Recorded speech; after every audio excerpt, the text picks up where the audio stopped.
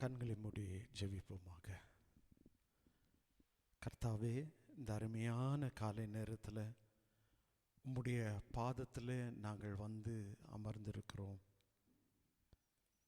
இந்த காலை நேரத்தில் கர்த்தருடைய சத்தத்தை கேட்பது எவ்வளவோ அருமையானது. முதலாவது உம்முடைய சத்தத்தை கேட்போம் என்று சொன்னால் அந்த சத்தம் ஜீவனுள்ளதும் உயிர்ப்பிக்கிறதும் நித்தியத்திற்கு எடுத்து செல்லுகிறதுமாக காணப்படுகிறது. ஆகையாலே உம்முடைய மெல்லிய சத்தத்தின் மூலமாக நீர் எங்களோடு கூட இடைப்பட்டு பேசும்படியாக உம்முடைய சமூகத்தில் நாங்கள் ஒப்பு கொடுத்து ஜெபிக்கிறோம். அடியேன் அல்ல, அடியனுடைய வார்த்தைகள் அல்ல, கர்த்தர் தாமே எங்களோடு என்னோடும் பேசி இந்த தபசு காலத்தின் நாட்களின் ஆசீர்வாதத்தை நீர் எங்களுக்கு கொடுத்து வழி நடத்த இயேசு ஆண்டவர் நாமத்தில் ஜெபிக்கிறேன் பிதாவே. ஆமேன், ஆமேன்.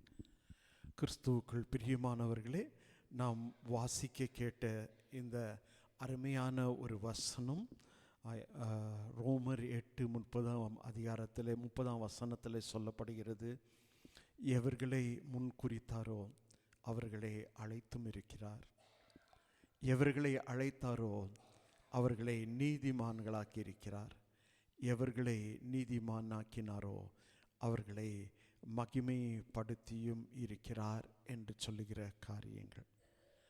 இதை என்ன சொல்லுவார்கள் என்று சொன்னால், ரட்சிப்பின் பாதையிலே செல்லுவதற்கு, முன்னேறி செல்வதற்கு தங்க சங்கிலி என்று சொல்லுவார்கள். ரட்சிப்பின் பாதையிலே முன்னுக்கு செல்ல தங்க சங்கிலி, அதாவது ஒவ்வொரு படியாக மேலே செல்ல வேண்டியது ரட்சிப்புக்கு பிறகு. அதைத்தான் இந்த வசனத்தில் சொல்லுகிறது. இது 4-5 காரியங்கள் மாத்திரம் இருக்கிறது. இந்த காரியங்களில் என்ன சொல்லுகிறார் என்று சொன்னால், முதலாவதாக எவர்களை முன்குறித்தாரோ, முதலாவது வாக்கியம் என்ன சொல்லுகிறது? முன்குறித்தாரோ. அப்படி என்று சொன்னால் கர்த்தர் ஏற்கனவே ஒவ்வொருவரையும் குறித்து வைத்திருக்கிறார். அப்படி யாரை குறித்து வைத்திருக்கிறார் என்று சொன்னால், எல்லாரையும் சொல்லி அல்ல,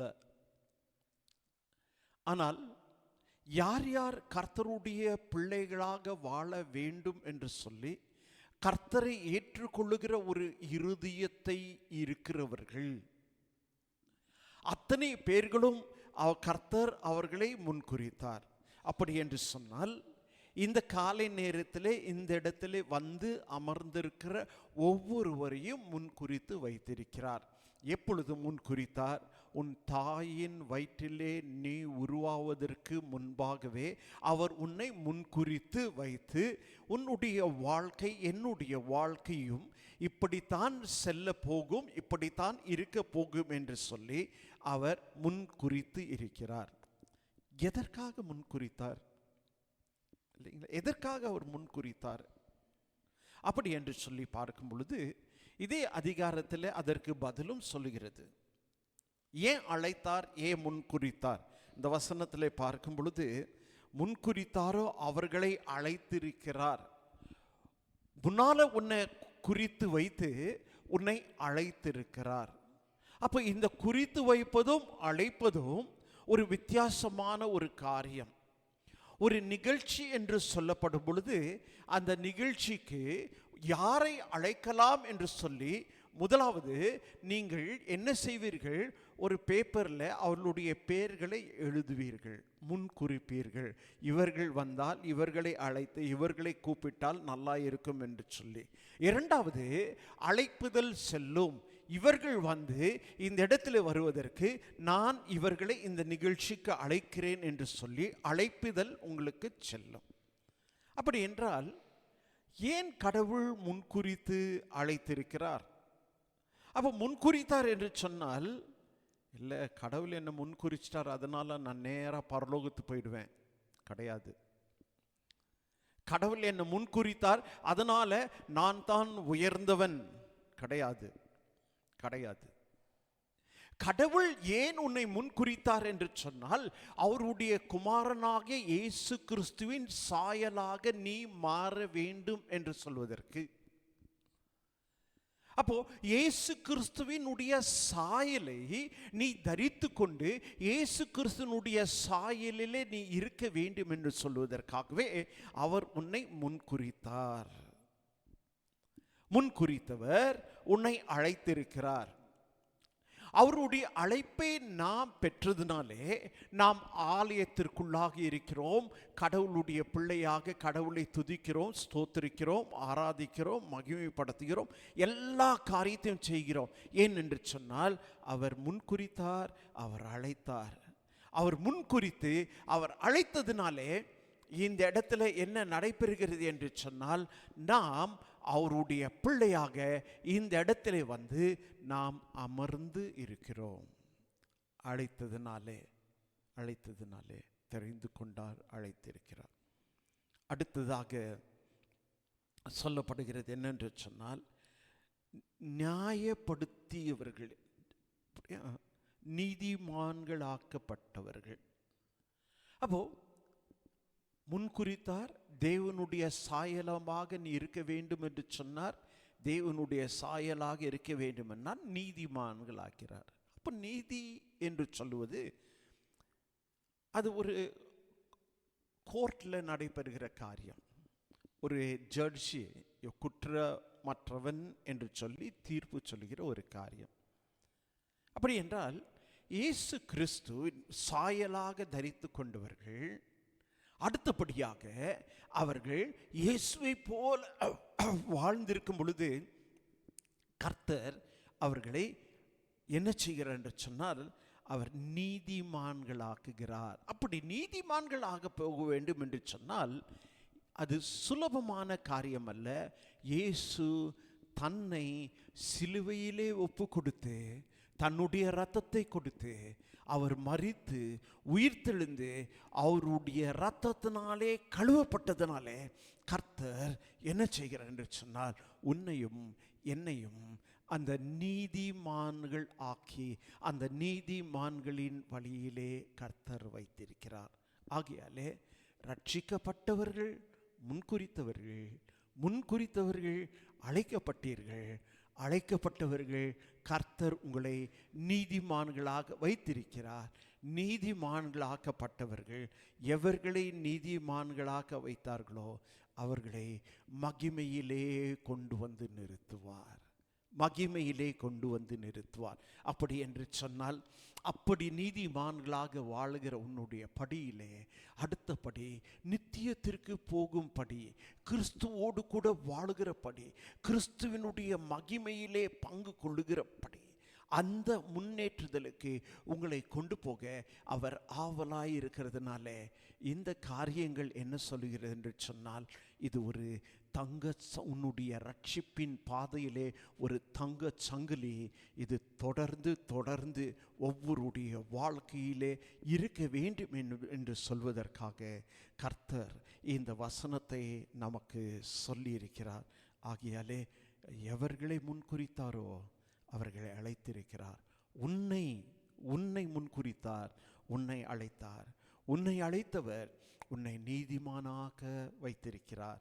நீதிமானாக நீ இருக்கும் பொழுது உன்னுடைய பரிசுத்த வாழ்க்கை, கிறிஸ்துவோடு கூட நெருங்கி இருக்கிற ஒரு ஐக்கியம், ஆண்டவரை போற்றுகிற ஆண்டவருடைய பிள்ளையாக சாட்சியோடு கூட வாழுகிற வாழ்க்கை, அந்த வாழ்க்கைக்கு பிறகு என்ன நடைபெறும் என்று சொன்னால் மகிமையிலே கொண்டு போய் நிறுத்துவார். அந்த நம்பிக்கையிலே ஒவ்வொரு தேவனுடைய பிள்ளையும் வாழ வேண்டும் என்பதே இந்த வசனத்தின் அர்த்தமாக காணப்படுகிறது. கர்த்தர் உங்களை ஆசீர்வதிப்பாராக.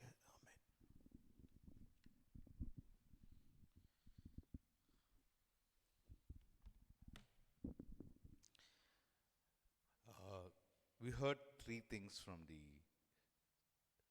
verse that was read out to us, and God wants us to live according to this thing. It is also called as God's golden chain to walk in salvation.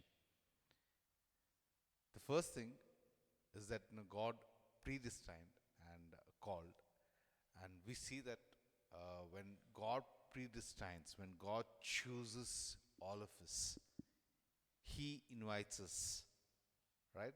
There is an invitation that is given to all of us for a special program. And God has extended and has given us this particular invitation. Why? That's a big question, and we heard pastors say that the answer is found within the scripture, where it says that we all are called to become like Jesus, that we may be found in Christian likeness, in Christ likeness. Especially, I want to emphasize to all my wonderful children and my elders here, God's call has a purpose, that we can become like Him, right?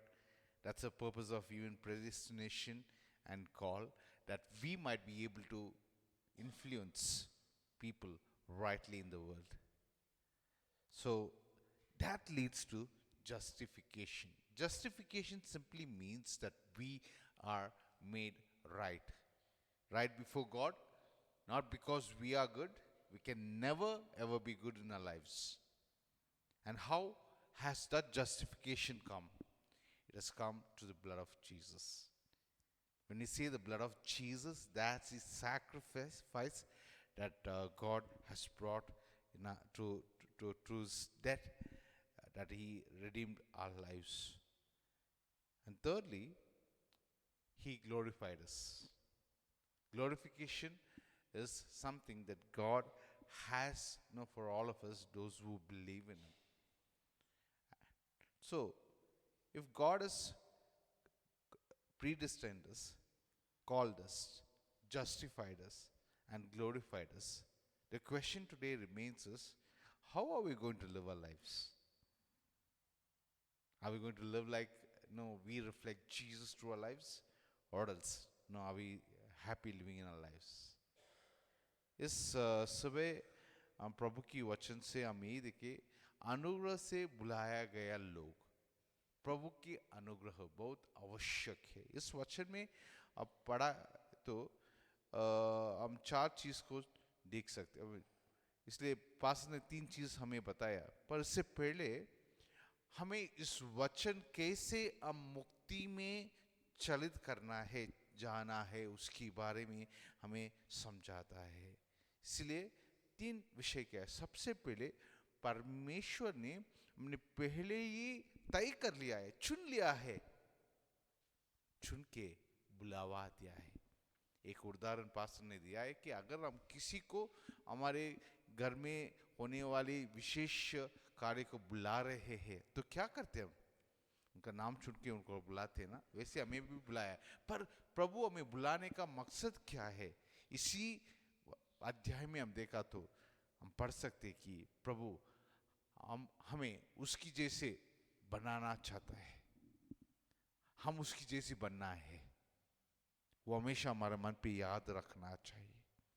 और दूसरा, प्रभु ने हमें धार्मिक बनाया है. कैसे धार्मिक बनाया प्रभु?